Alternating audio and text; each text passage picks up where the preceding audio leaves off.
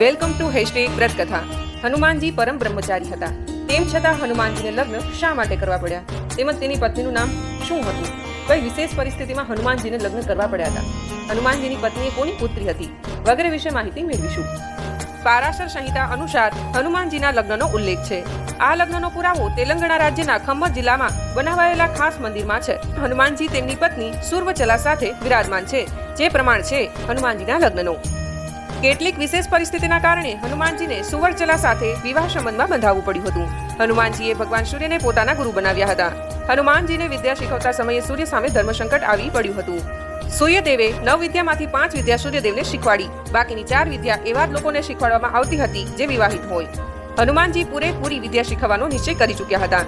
સૂર્યદેવ પણ સંકટમાં હતા. વિવાહ ધર્મ અનુસાર કોઈ અવિવાહિતને કેટલીક વિશેષ વિદ્યા શીખવી ન શકાતી હતી. સૂર્યદેવ હનુમાનજીને વિવાહની સલાહ આપી. હનુમાનજી સમયાંતરે વિદ્યા પૂર્ણ કરવા વિવાહ સૂત્રમાં બંધાઈને લગ્ન કરવા તૈયાર થઈ ચૂક્યા હતા. પરંતુ હનુમાનજી માટે દુલ્હન કોણ હશે, દુલ્હન ક્યાંથી આવશે, તેમને શોધવાનું શરૂ કરવામાં આવ્યું. અંતે સૂર્યદેવે પોતાની તપસ્વી અને તેજસ્વી પુત્રી સુર્વચલાને હનુમાનજી સાથે વિવાહ માટે તૈયાર કર્યા.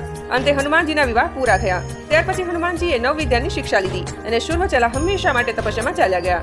આ રીતે હનુમાનજીના વિવાહનું વર્ણન પારાશર સંહિતામાં થયેલું છે. હનુમાનજી અને સુર્વચલા ના દર્શનની માન્યતા. જે પણ સુર્વચલા તથા હનુમાનજીના દર્શન કરશે તે પતિ પત્નીનો તણાવ દૂર થશે. આ ઉપરાંત જેનો વિવાહ ન થતો હોય તે તેના દર્શન કરશે તો તેમના વિવાહ શીઘ્રતાથી થશે.